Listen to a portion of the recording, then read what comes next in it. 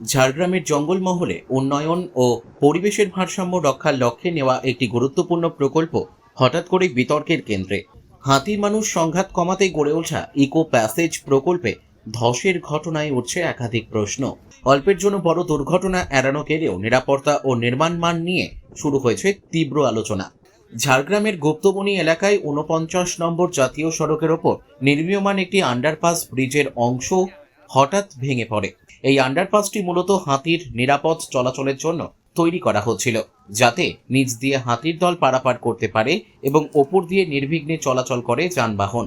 কিন্তু ঢালাইয়ের কয়েক ঘন্টার মধ্যেই কাঠামোর একটি অংশ ধসে পড়ায় নির্মাণের গুণগত মান নিয়ে স্বাভাবিকভাবেই প্রশ্ন উঠেছে। জানা গিয়েছে, বন দপ্তরের সুপারিশের ভিত্তিতে জাতীয় সড়ক কর্তৃপক্ষ এই প্রকল্প হাতে নেয়। প্রায় 50 কোটির বেশি ব্যয়ে নির্মীয়মান এই ইকো প্যাসেজটির দৈর্ঘ্য প্রায় 100 মিটার এবং উচ্চতা প্রায় 7 মিটার। 2025 সাল থেকে শুরু হওয়া এই কাজের নির্ধারিত সময়সীমা ছিল 1.5 বছরের মধ্যে সম্পূর্ণ করা। পরিকল্পনা অনুযায়ী সড়ককে উঁচু করে তার নিচ দিয়ে হাতিদের চলাচলের জন্য একটি প্রশস্ত করিডোর তৈরি করা হচ্ছিল। তবে ঘটনার পর থেকেই নির্মাণে গাফিলতির অভিযোগ সামনে আসতে শুরু করেছে। স্থানীয় সূত্রের দাবি, ব্যবহৃত সামগ্রীর মান এবং কাজের তদারকি নিয়ে দীর্ঘদিন ধরেই প্রশ্ন ছিল। যদিও জাতীয় সড়ক কর্তৃপক্ষের একাংশের দাবি, হাতির চলাচলের ফলেও ক্ষতি হয়ে থাকতে পারে। যদিও সাম্প্রতিক কয়েকদিন ওই রুটে হাতির উপস্থিতির কোনো প্রমাণ মেলেনি বলে জানা গেছে। ঘটনার খবর পেয়ে এলাকায় পৌঁছান গোপীবল্লভপুর বিধানসভা তৃণমূল প্রার্থী অজিত মাহাতো এবং তৃণমূল নেতা দীনেন রায় ও শ্রীকান্ত মাহাতো। তাদের অভিযোগ, নিম্নমানের সামগ্রী ব্যবহার এবং অব্যবস্থাপনার কারণেই এই ধস। এদিন অজিত মাহাতো কেন্দ্র সরকারের বিরুদ্ধে সরব হয়ে অভিযোগ করেন, প্রায় 50 কোটি টাকা ব্যয়ে নির্মীয়মান এই প্রকল্পে দুর্নীতি হয়েছে। তার দাবি, গাজে নিম্নমানের সামগ্রী ব্যবহার করা হয়েছে, যার ফলেই এই ধসের ঘটনাটি ঘটেছে। কিছুদিন আগে একটা জায়গায় সোশ্যাল মিডিয়াতে দেখা যাচ্ছিল যে রোডে যাচ্ছে, হঠাৎ করে ঢুকে গেল গাড়ি 4 চাকা। ঠিক একই এই কমা মেটেরিয়াল দিয়ে যেভাবে ওরা ব্রিজ তৈরি করছে, আজকে এনএইচআই যারা ইঞ্জিনিয়াররা আছে তারা বলছে পাশ দিয়ে হাতি নাকি গেছে, তার জন্য নাকি ভেঙে গেছে। এটা কি সম্ভব? হাতি একটা বড় ব্রিজকে ভেঙে দিতে পারে? তাই এটা একটা মানে জোকের মতো কথা বলছে। আপনারাই দেখুন, এবং এই যে ম্যাটেরিয়াল দেখুন না, এই যে দেখুন মাটি, পুরোপুরি মাটি মেশানো জিনিস দিয়ে কাজ হচ্ছে।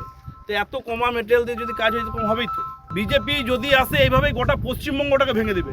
মমতা বন্দ্যোপাধ্যায় যেভাবে সোনার বাংলা করার জন্য আজকে আপনারা দেখেছেন সুস্থ শ্যামলা গোটা পশ্চিমবঙ্গটাকে সুন্দরভাবে সাজিয়েছে। তো সেই জায়গা থেকে বিজেপি শুধু ভাঙতে পারে, তারা গড়তে পারে না। তাদের কথাতেই আছে।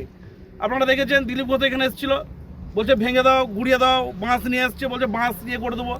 আজকে জঙ্গলমহলে যখন লড়াই আন্দোলন হচ্ছিল, আমাদের পাশেই আছে আমার শ্রীকান্ত মাহাতো, আমাদের মন্ত্রী, এবং আমার দাদা দীনেন দা আছে বিধায়ক, আমাদের ডিস্ট্রিক্ট প্রেসিডেন্টও ছিল।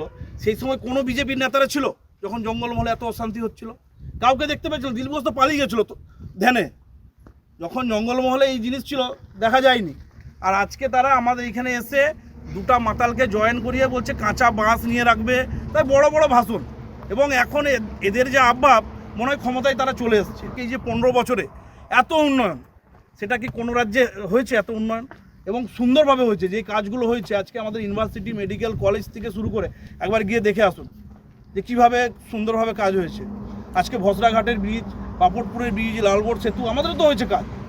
কিন্তু এই গভর্নমেন্ট যে কাজগুলো করেছে, সেই কাজগুলো কাজের মতো করে কাজ হয়েছে। আর আজকে তারা যে কাজ করছে দেখুন না, মাটির সিমেন্ট নাই, মাটি দিয়ে করেছে এবং ভেঙে পড়েছে এবং ঢাকিয়ে দিয়েছে।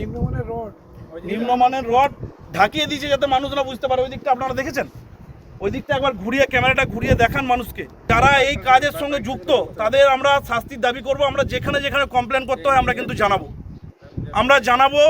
এবং যারা এই কাজের সঙ্গে যুক্ত তাদের আমরা শাস্তির দাবি করছি। কারণ এই জিনিস একটা বড় দুর্ঘটনা হতে পারতো, বেঁচে গেছে মানুষ। কারণ সামনে আমাদের মা গুপ্তমণির মন্দির আছে, বাঁচিয়ে দিয়েছে। তো সেই জায়গায় বলবো যে আপনারা দেখুন এবং তুলে ধরুন বিজেপির কুকীর্তি, এবং কেন্দ্র সরকার যেভাবে চালাচ্ছে, টাকার বিনিময়ে কাজ দিচ্ছে যারা কাজের কিছু জানেই না, শুধু পার্সেন্টেজ খাবো আর মানুষের জীবন নেব, এটাই হচ্ছে তাদের উদ্দেশ্য।